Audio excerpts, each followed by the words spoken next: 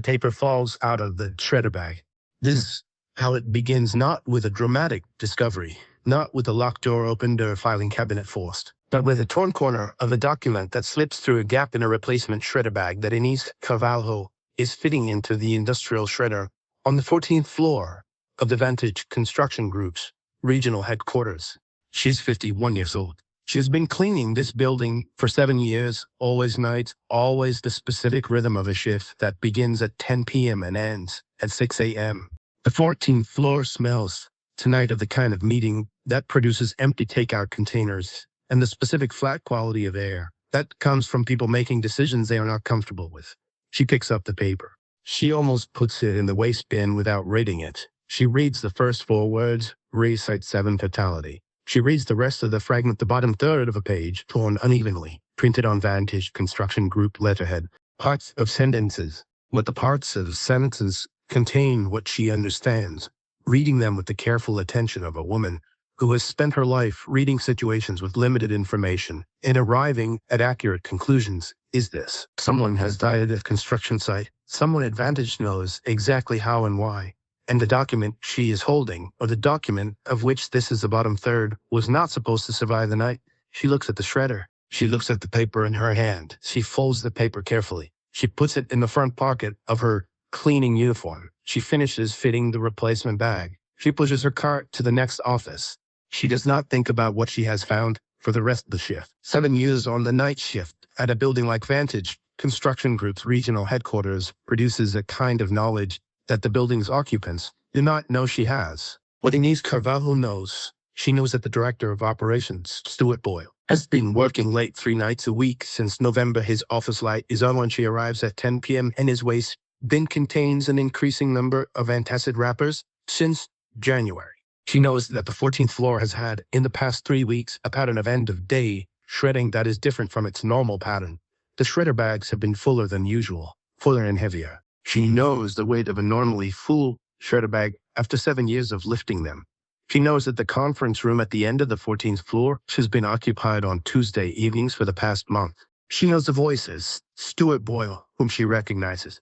A woman whose voice has the specific quality of someone giving legal advice, measured, precise, always returning to the same territory. And a third voice, lower, that she has heard before somewhere and has not yet placed. She knows that Site 7 Vantage's largest current contract stopped being mentioned with positive energy approximately 6 weeks ago. It was not replaced by the energy of a project going badly. It was replaced by the specific quality of a project that has stopped being mentioned at all. The paper in her pocket is about Site 7. She thinks about this on the bus, home at 6:15 a.m., and she arrives at her apartment and makes coffee and sits at the kitchen table and unfolds the paper and reads it again. The fragment is the bottom third of the document. What it says, investigation findings inconsistent with the preliminary report. OSH notification. Protocol requires. Family has not been formally notified. The timeline for liability exposure is significant if the amended findings are disclosed prior to. Recommend that the internal review conclude by Thursday and that all supporting documentation. The fragment ends there.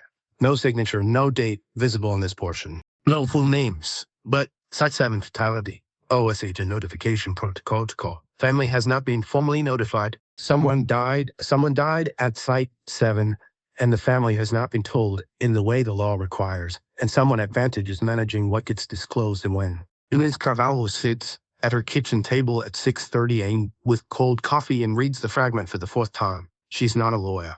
She is not a lawyer. She is not a journalist. She is a 51-year-old woman who cleans offices for a living and who is over a life that has not been without difficulty. Developed a specific quality of clear-eyed assessment that comes from making decisions in conditions where the available information is rarely complete. If she makes a decision, she doesn't make it dramatically. She makes it by thinking about what is right and what is possible and what she is willing to do, and by arriving at the conclusion that is consistent with all three. She is going to find out who died. Ines Carvalho has a daughter named Luisa who is 26 years old and who works as a paralegal at a downtown law firm that handles labor cases. She calls Luisa at 9 a.m. She reads the fragment to Luisa slowly, precisely the way she does everything. When she finishes, the line is quiet. "Where did you find this?" Luisa says. Her voice has shifted from daughter to professional. "In the shredder bag," Ines says. It was being destroyed. It slipped through. Lusa is careful now. If what this fragment says is accurate, if there was a worker fatality at a Vantage construction site, and the family has not been properly notified, and OSH has not been properly notified, and OSH has not been properly notified, that is a serious violation of federal labor law. It is also potentially criminal, I know, and he says. And what you have is a piece of evidence of that. A small piece, but a piece. I know it, and he says, what do you want to do with it? Ines looks at the fragment. She thinks about the family that has not been formally notified. She thinks about the word fatality, the specific weight of that word, the clinical containment of what it is, trying to contain the person behind it who is not in those partial sentences. I want to find out who died, she says, and I want to find out if what I think is happening is actually happening. And then I want to decide what to do. Luce is quiet for a moment. I know someone, she says, an investigative reporter. She covers labor and workplace safety. She's serious, and she's careful, and she doesn't burn sources. Give her my number, and he says. The reporter, Adriana Cruz, 38, covering labor and workplace safety for 9 years, calls Ines that afternoon. She listens to the fragment, asks 3 questions: the location of the Vantage headquarters, the specific language about the OSH notification timeline, and whether Ines has seen anything else on the 14th floor. Ines tells her about the shredder bags, the pattern of late meetings, the quality of silence around Site 7. Don't tell anyone else about this yet, Adriana says. Don't go back to the document. Don't look for anything else at the building. Ines agrees. She spends the next 24 hours at home, mostly not sleeping, thinking about the fragment, and thinking about something she has not told Adriana Cruz yet, not because she was hiding it, but because she was hiding it, but because she was not sure whether it was relevant. What she has not said, she has seen the name on the door of the closed conference room on the 14th floor 3 times in 7 years. She has passed by it at midnight, at 2 a.m., at 4 a.m. She has cleaned the hallway outside it. She knows whose office it is because the nameplate on the door is there when she passes it. The nameplate says, D. Hardgrove, Director of Safety and Compliance. The person responsible for safety and compliance at Vantage Construction Group has been in the meeting room on the 14th floor on Tuesday evenings for a month, along with the Director of Operations and someone who gives legal advice and a third voice that she has not placed. She calls Adriana Cruz back. There's something else, she says. Adriana Cruz calls back in 18 hours. There was a fatality at the Vantage Site 7 project on November 14th. She says her worker named Emilio Santos, 33 years old, a scaffolding operator. The preliminary incident report described the cause of death as a fall from a defective harness clip attributed to a manufacturer defect. What I have found is that there are significant questions about whether the defect was a manufacturer defect or whether it was a Vantage maintenance failure. The inspection records for the 3 weeks prior to November 14th, the records that would show whether the equipment was inspected or not in the OSH case file. The Santos family has an 8-month-old. They have been told the investigation is ongoing, but have not been formally notified in a way that would allow them to pursue a wrongful death claim independently. He has an 8-month-old, Ines says. Yes, Adriana says. And they're stalling the family while they manage the investigation findings. That is what the evidence suggests. I need more. The fragment you have is important, but it's a fragment. The shredder bags, Ines says. Those are gone. The 14th floor conference room, Ines says. The whiteboard on the east wall. When they use the whiteboard, how do they erase it? Most offices manually, Adriana says. And if you erase a whiteboard but don't clean it properly, the marks are still there. Later, but there. You need cleaning solution to remove them completely. I clean it every Friday, Ines says. But they erase it themselves after meetings. They don't know that erasing isn't the same as cleaning. Is there any legitimate reason you would clean that whiteboard on a Wednesday? Adriana says, the building contract requires all whiteboards cleaned at the start of each month. Ines says, first Wednesday of the month. And what month is it? The first Wednesday of next month. Ines says, is tomorrow. Ines Carvalho cleans the whiteboard on the 14th floor conference room at 11:38 p.m. on a Wednesday, the first Wednesday of the month, completely within the scope of her building contract. She uses the standard cleaning solution. She works mechanically from top to bottom, the way she has always done it. As the cleaning solution dissolves the residue left by the manual eraser, the marks beneath become visible. Not all marks, not full sentences. The specific legible remnants of a whiteboard, written on many times, erased imperfectly, and not professionally cleaned in a month. Fragments of diagrams, partial words, arrows indicating the relationship between things. But enough that Ines Carvalho understands what the whiteboard has been used to plan. She photographs it section by section with the phone her daughter insisted she upgrade to last year. She sends the photographs to Adriana Cruz at 11:52 p.m. She finishes cleaning the whiteboard. If she completes her scheduled cleaning of the 14th floor, she clocks out at 6 a.m. What the photographs show what Adriana Cruz and the employment attorney she contacts that morning and the OSH investigative division contact all agree is not just a strategy meeting. It is a timeline. A specific dated timeline showing when the inspection records were to be removed from the OSH, a case file. When the legal team's communication with the Santos family was to follow a specific script. When the internal investigation findings were to be finalized, attributing equipment failure to the manufacturer rather than to Vantage maintenance failures, and who was responsible for each step. 3 sets of initials. DHMH, Director of Safety and Compliance. SB Director of Operations.